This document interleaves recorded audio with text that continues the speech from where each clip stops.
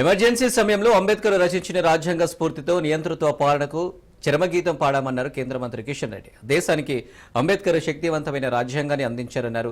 హైదరాబాద్ సనత్ నగర్ నియోజకవర్గంలో బీజేపీ ఆధ్వర్యంలో అంబేద్కర్ జయంతి వేడుకలు ఘనంగా నిర్వహించారు.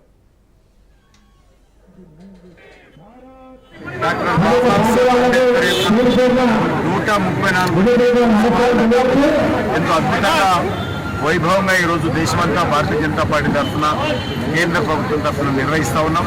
కొన్ని లక్షల విగ్రహాలు మా పార్టీ కార్యకర్తలు, శాసనసభ్యులు, పార్లమెంట్ సభ్యులు, కేంద్ర మంత్రులు, ముఖ్యమంత్రులు విగ్రహాలు శుభ్రం చేయడం సంవత్సరం ఈ రోజు నుంచి వచ్చే సంవత్సరం ఏప్రిల్ 14 వరకు కూడా ఒక సంవిధాన్ గౌరవ దివస్ పేరు మీద ఏదైతే డాక్టర్ బాబాసాహెబ్ అంబేద్కర్ ఎంతో కష్టపడి రూపకల్పన చేసినటువంటి భారత రాజ్యాంగం 75 సంవత్సరాల పండుగ ఈరోజు ప్రారంభించుకున్నాం.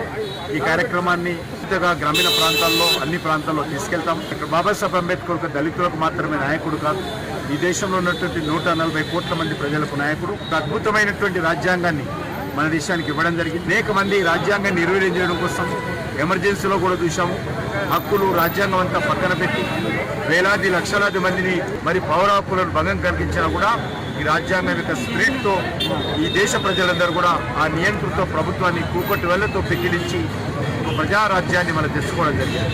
అటువంటి అద్భుతమైనటువంటి శక్తి కలిగినటువంటి రాజ్యాంగం డాక్టర్ బాబాసాహెబ్ అంబేద్కర్ అందించారు.